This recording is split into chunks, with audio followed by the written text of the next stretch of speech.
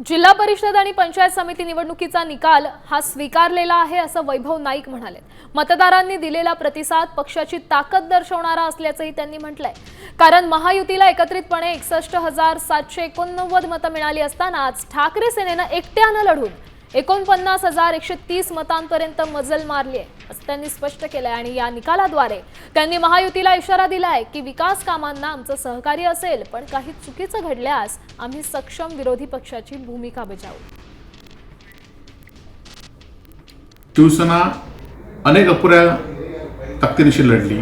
शिवसेना उद्धव बाळासाहेब ठाकरे हा कुठल्याही पक्षाची युती न करता आम्ही निवडणूक लढवलो आणि जिल्हा परिषदमध्ये या दोन्ही तालुक्यामध्ये आम्हाला जवळ 49,140 पेक्षा जास्त मतं या ठिकाणी मिळालेली आहेत। विरोधातली भूमिका आम्ही विरोधी पक्ष म्हणून आम्ही निश्चित साकारू आणि आमची लढाई यापुढच्या काळामध्ये सुद्धा निष्ठावंतांची लढाई, सिंधुदुर्ग जिल्ह्याच्या स्वाभिमानासाठी, सिंधुदुर्ग जिल्ह्यातल्या जनतेसाठी आमची लढाई यापुढच्या काळामध्ये सुद्धा चालू राहील।